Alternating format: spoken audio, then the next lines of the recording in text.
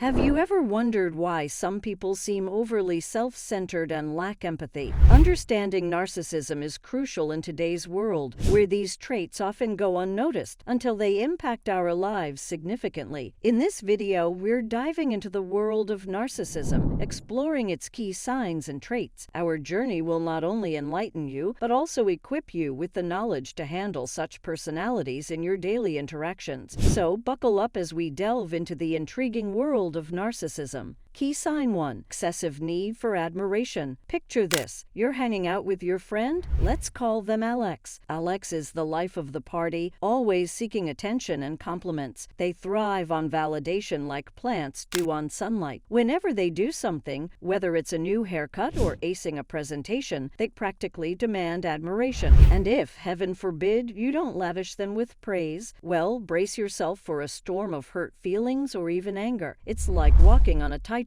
with them, where one wrong move could send everything crashing down. Now, take this scenario beyond the friend zone and into the workplace. Imagine a colleague who's constantly angling for high-profile projects, not just to advance their career, but because they crave the applause and recognition that comes with success. It's not just about doing a good job, it's about being seen doing a good job. Dealing with folks like Alex or your colleague can be as tricky as untangling headphone wires. You want to offer genuine recognition for their accomplishments, but you also don't want to fuel their insatiable need for validation. It's like finding the sweet spot between support and not becoming their personal cheerleader. One way to navigate this is by promoting humility and teamwork. Encouraging them to see the value in collaboration rather than individual glory can help tone down the constant craving for admiration. And hey, it's not just about managing them, it's also about creating a healthier, more balanced environment for everyone involved. After all, a little humility goes a long way, both in friendships and in the workplace. Key sign 2. Sense of entitlement. Let's break down this idea of entitlement like we're chatting over coffee. So, imagine you're in line at your favorite coffee shop, patiently waiting for your turn to order your morning pick-me-up. Suddenly, someone barges in front of you, acting like they own the place. They don't even acknowledge your presence. They just expect to be served first, as if the rules of waiting in line don't apply to them. That's entitlement in action. Entitlement is like having this internal belief that you're owed something just because you exist. It's that friend who always expects you to drop everything and cater to their needs without considering your own schedule or feelings. Or maybe it's that coworker who thinks they deserve a promotion simply because they've been at the company for a while, even though they haven't put in the effort or shown the skills required for advancement. Dealing with entitled people can be challenging, but setting boundaries is key. It's like drawing a line in the sand and saying, hey, here's what's okay and what's not okay. You're essentially laying down the ground rules for how you expect to be treated. Communicating these boundaries clearly is crucial. It's about asserting yourself in a respectful way and not letting others walk all over you. Because let's face it, if you don't stand up for yourself, who will? So, the next time you encounter someone who's acting entitled, remember to hold your ground. It's not about being rude or confrontational. It's about advocating for yourself and creating healthier relationships where everyone's needs are respected. And hey, you deserve that much, right? Key sign 3. Lack of empathy.